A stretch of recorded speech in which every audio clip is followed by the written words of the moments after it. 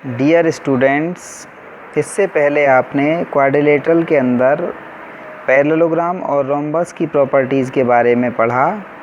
आज हम rectangle, square, trapezium और काइट के बारे में बात करेंगे। तो पहला आपका आता है रेक्टेंगल। रेक्टेंगल में सभी प्रॉपर्टीज़ वो ही होती हैं जो आपने पैरेललोग्राम के अंदर पढ़ी थी। उसके अलावा दो प्रॉपर्टी और इसमें एक्स्ट्रा आ जाती हैं, जैसा यहाँ पर दिखाया गया आपको AC is equal to BC, यानी कि इसके जो दोनों डायगनल होते हैं वो इक्वल होते हैं। पैरेललोग्राम में ये कंडीशन ज़रूरी नहीं थी, लेकिन यहाँ पर ये कंडीशन होनी चाहिए, तभी हम उसको रेक्टेंगल कहते हैं। उसके अलावा इसके सभी एंगल्स 90 डिग्री होने चाहिए। तो अपोजिट एंगल तो इक्वल हो ही जाएंगे जब सभी 90 होंगे। उसके अलावा इसमें चारों एंगल ही इक्वल हो जाते हैं। चौथा आता है आपका स्क्वायर। स्क्वायर में आपकी जो प्रॉपर्टीज़ रेक्टेंगल के अंदर होती हैं वो सभी प्रॉपर्टी होंगी। उसके अलावा और दो एक्स्ट्रा प्रॉपर्टी आ जाती हैं, इसकी वजह से इसे हम स्क्वायर बोलते हैं। तो इसमें पहली प्रॉपर्टी होती है कि इसके डायगनल एक दूसरे को 90 डिग्री पर बाइसेक्ट करते हैं। कहने का मतलब ये है कि डायगनल के बीच में जो एंगल बनना है बाइसेक्टर पर, वो आपका 90 डिग्री होगा बाइसेक्ट पॉइंट पर। दूसरा आता है आपका कि इसके सभी साइड्स इक्वल होंगी।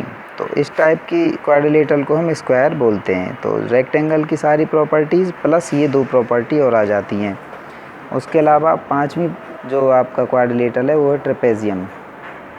ट्रेपेजियम में हमें केवल ये देखना है कि इसकी दो अपोजिट साइड, कोई भी एक पेयर साइड का अपोजिट साइड का पैरेलल होना चाहिए, जैसा कि यहाँ पर दिखाया गया है आपका AB is parallel to DC।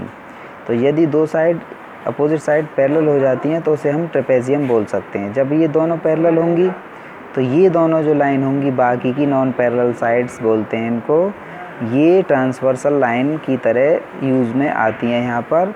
तो जब ट्रांसवर्सल लाइन होती है तो कंसेक्यूटिव एंगल हो गए, कंसेक्यूटिव इंटीरियर एंगल्स, और हम जानते हैं कंसेक्यूटिव इंटीरियर एंगल्स का सम 180 डिग्री होता है। तो ये हमें प्रॉपर्टी ध्यान रखनी है, इसी का यूज़ होगा आगे आपका। तो A एंगल और D एंगल दोनों आपका इनका सम 180 होगा। इसी तरीके से B और C का सम 180 डिग्री होता है। अगली आती है आपकी सिक्स्थ टाइप आता है काइट। काइट इस तरीके का क्वाड्रिलेटरल होता है जिसमें आपकी टू साइड शॉर्टर होती हैं, टू लॉन्गर होती हैं। तो शॉर्टर साइड एक दूसरे के इक्वल होती हैं, इसी तरीके से लॉन्गर साइड भी एक दूसरे के इक्वल होती हैं। जैसा हमें यहाँ दिखाएगा AD is equal to DC, ऐसे ही AB is equal to BC। तीसरी प्रॉपर्टी होती है इसकी कि इसका जो लॉन्गर डायगनल है वो शॉर्टर डायगनल को बाइसेक्ट करता है, दो हिस्सों में, बराबर हिस्सों में डिवाइड कर देता है। तो A से O तक की डिस्टेंस O से BC तक की डिस्टेंस के इक्वल हो जाएगी।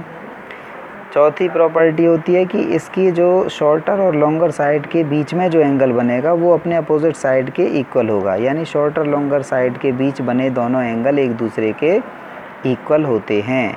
पांचवी प्रॉपर्टी ये होती है कि इसका जो लॉन्गर डायगनल है और शॉर्टर डायगनल है, इनके बीच में जो एंगल बनेगा इंटरसेक्टिंग पॉइंट पर, वो 90 डिग्री होगा। देखिए ये शॉर्टर डायगनल है और ये है लॉन्गर डायगनल, इनके बीच में ये एंगल 90 डिग्री होंगे। ये चारों, ये सभी इस पॉइंट पर बनने वाले सभी एंगल 90 डिग्री होंगे। तो ये प्रॉपर्टीज़ आपको याद रखनी है। तो कभी कभी इसमें इस टाइप का क्वेश्चन आ सकता है आपका कि ऑल पैरेललोग्राम्स आर रोम्बस या ऑल रोम्बस आर पैरेललोग्राम। तो इसको आप तभी बता सकते हो जब आपको सारी प्रॉपर्टीज़ याद होंगी। हम कहते हैं ऑल पैरेललोग्राम्स आर रोम्बस। तो ऐसा संभव है क्या? इसमें देखिए रोम्बस में टू प्रॉपर्टीज़ और एक्स्ट्रा आ गई हैं, तो सारे पैरेललोग्राम रोम्बस नहीं हो सकते हैं। ठीक, तो ये स्टेटमेंट गलत हो जाएगा अगर हम ऐसा कहते हैं कि ऑल रोम्बस आर पैरेललोग्राम। तो रोम्बस में जो भी प्रॉपर्टी है वो सारी हैं, इसकी पैरेललोग्राम की सभी प्रॉपर्टीज़ इसके अंदर हैं। तो इसीलिए हम ऐसा कह सकते हैं कि ऑल रोम्बस आर पैरेललोग्राम। तो ये हमें ध्यान रखना है कि किस कंडीशन में सही होगा स्टेटमेंट, किस कंडीशन में गलत होगा। इसी तरीके से एक एग्जांपल और लेते हैं, all rhombus are square. Question ये आता है आपका कि ऑल रोम्बस आर स्क्वायर, क्या ये सही है? क्योंकि स्क्वायर में तो एक कंडीशन हमारी एक्स्ट्रा आ गई है। देखिए यहाँ पर 90 डिग्री की, और ये इक्वल साइड तो खैर होती है, 90 डिग्री की एंगल की एक्स्ट्रा प्रॉपर्टी आ जाती है। तो इसमें हम ऐसा कह सकते हैं कि ऑल स्क्वायर तो रोम्बस हो सकते हैं, लेकिन ऑल रोम्बस स्क्वायर नहीं हो सकते। तो ये चीज़ें हम तभी याद कर पाएंगे जब हमें सारी प्रॉपर्टीज़ ये याद होंगी। तो ये हम आपको ये एक्टिविटी तैयार कराएंगे। तो कैसे करेंगे, आप एक ड्राइंग शीट पर ये सभी फिगर्स को बनाओगे जितने भी क्वाड्रिलेटरल्स के टाइप दिए हुए हैं और उनकी प्रॉपर्टी लिखेंगे और उसको ढंग से याद भी करना है, क्योंकि उसे याद करने के बाद ही अब अगली एक्सरसाइज को ठीक प्रकार से कर पाएंगे। प्रॉपर्टीज़ को ठीक प्रकार से याद कर लें, क्योंकि आपको 9th-10th में भी बहुत ज़्यादा यूज़ में आएंगी। तो इसे ठीक प्रकार से सुंदर एक्टिविटी के फॉर्म में बना लेंगे। धन्यवाद।